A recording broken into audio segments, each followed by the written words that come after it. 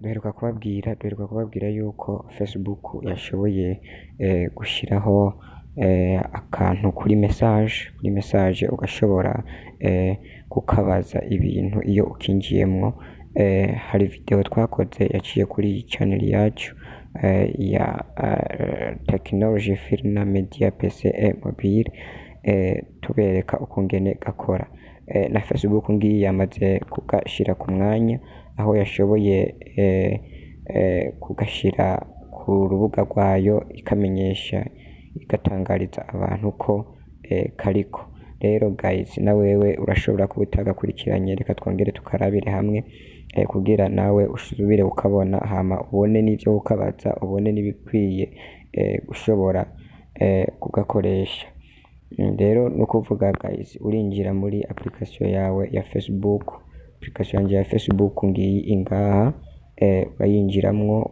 Uhejeje kuyinjiramwo urashobora guca uraba mu ma message guys, ubona mu ma message ngaha kaze nta numwe atahazi ku bantu mukoresha Facebook n'ubu batarayikoresha. Aha niho umuntu aca kugira bikunde yandikire message umugenzi wiwe. Ka kantu niko two turaraba guys. Urugurura, uhejeje kugurura urabona guys ngaba jewe abantu twandikiranira, murababona aba n'abantu twandikiranira. Ka kantu nako reka ndakabereke, nari nakaberetse ubushira muri video kuri YouTube iriko no kuri page yacu iriko. Reka tongere turabe kuko Facebook yamaze gukaransa ubu abantu bose bariko baragakoresha. Nawe niba utaragakoresha kugira bikunde nawe ugakoreshe, naka ntikazonagutere n'ubwoba kuko abenshi hariho n'abazana ku bahinga canke bariya na bariya bakabaza ngo iki kintu ngo cavuye ngo kinkurireko ngo kiranje nawe kizonanyikira ngo telefone yanje canke Facebook yanje. Ndabibutse yuko no kuri WhatsApp kariko, nzobereka ukungene nako gakora nyene no kuri WhatsApp baragashizeko.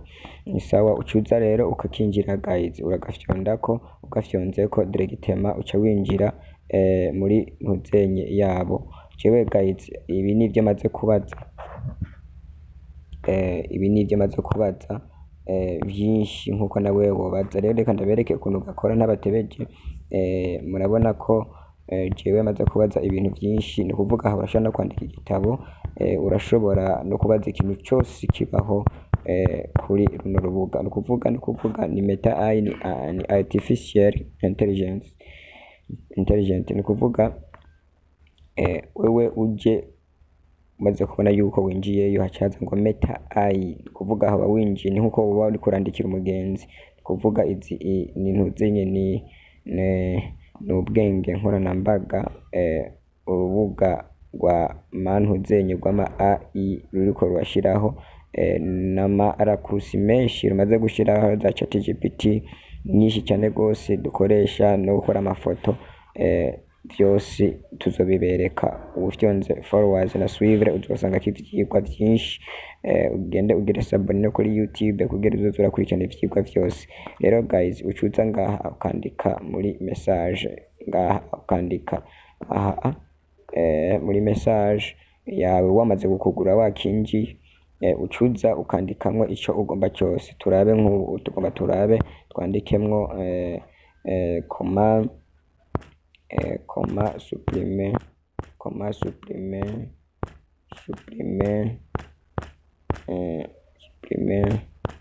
le message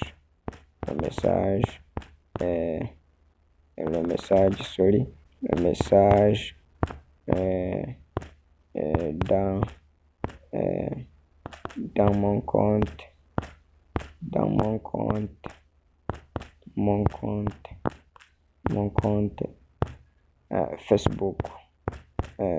Facebook, dans mon compte Facebook. Guys, ucuza rero ugafyonda aha ukarungika. Ucuza ugafyonda ngaha ukarungika kugira uronke inyishu. Aha kaca kakwishura. Ni kuvuga buri kintu cyose wewe ubajije kaca kakwishura. Rero ucuza ugafyondako komsa. Weje gufyondako ucurindira guys, ucurindira kakamanza kakakwandikira buri kimwe cyose. Urabe ukurikirane urabe. Ni kuvuga nako yamaze ngo pour kuvuga ucuza ukaduza ukarindira ukaraba ko yabizanye, kuvuga umwanya byose ikibizana guys ngibi yabizanye ni kuvuga turabe aho twahereye, urabona ibi byose ibi ni byose nibyo yazanye guys, ucuza rero ukaraba gasoma vya bindi vyawe byose wabaza, kuvuga twayibajije ati comment supprimer le message dans mon compte Facebook. Pour supprimer un message dans votre compte Facebook, suivez ces étapes. Supprimer un message individuel, étape ya mbere, ouvrez Facebook sur Facebook et connectez-vous à votre compte. Kuvuga uramanza ukikonekta kuri konti yawe, telefone yawe ukagira ukikonekta kugira bikunde ubone amarakurusi ya WhatsApp ya Facebook yawe. Ni kuvuga ngiyi aza kuyibona, ni kuvuga we ucuza ukamandanya usoma clique sur dusomye ngaha guys, icyo nabatubwira ati clique sur message, clique sur l'icône de message en haut de la page, entre parenthèses représentée par une bille de dialogue. Ni kuvuga n'akantu kameze nk'akazingi nk'akabiye niko bagombye kugasemboliza, ni kakandi guys, nibaza niko dusubiye inyuma gatonyi, ni kakandi niko kaka bariko baravuga kari nk'akabiye naka guys, naka urakabona ka niko bariko baratubwira. Ni kuvuga ni kuca winjiramwo kugira urumva ni kugira dusuprime message, nico twabajije ari byo byibi baratwandikiye ngaha nkuko nababwiye ati icyo bagiye cyose karaguha hama kakakwishura.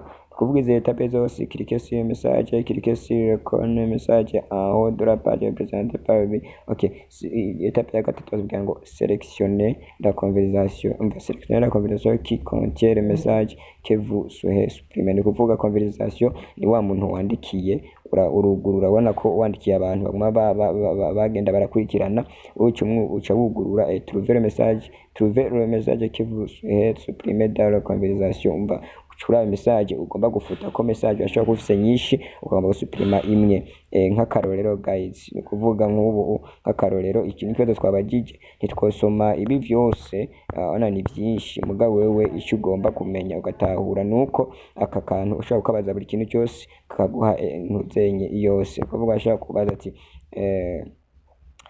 quelle capitale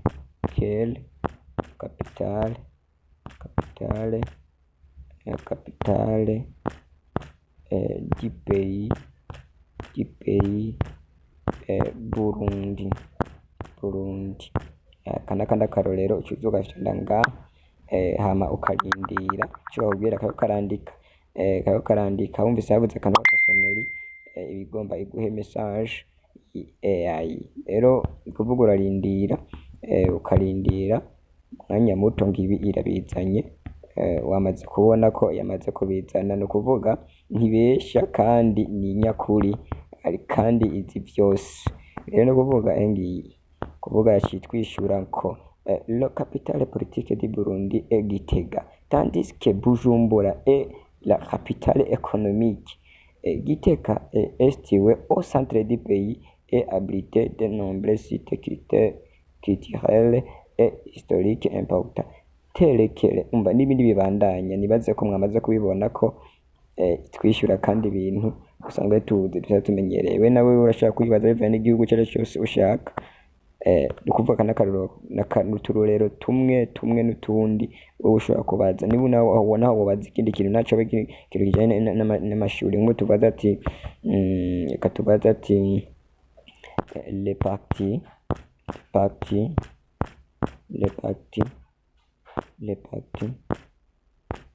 d'un ordinateur, tuyibaze ibihimba bigize imashine d'un ordinateur. Guys, mwamaze kubibona iki n'ikibazo cyanza nkafyonda hahandi, nibaze mwese mwamaze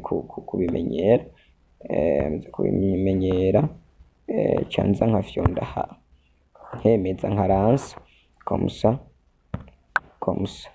mwamaze kubibona dushishikara kuvyigisha kubera bifasha abantu benshi kandi abantu benshi bariko baradushimira batwandikira inbox n'abandi muri commentaire nawe wandike n'ikindi uba wumva twokwigisha kugira uzobibonere kuvuga ucuza ukaraba za parties zawe za ordinateur wamaze kubibona guys ngibi un ordinateur maze kuduha définition ya un ordinateur est composé de plusieurs parties essentielles qui travaillent ensemble pour traiter et stocker les informations.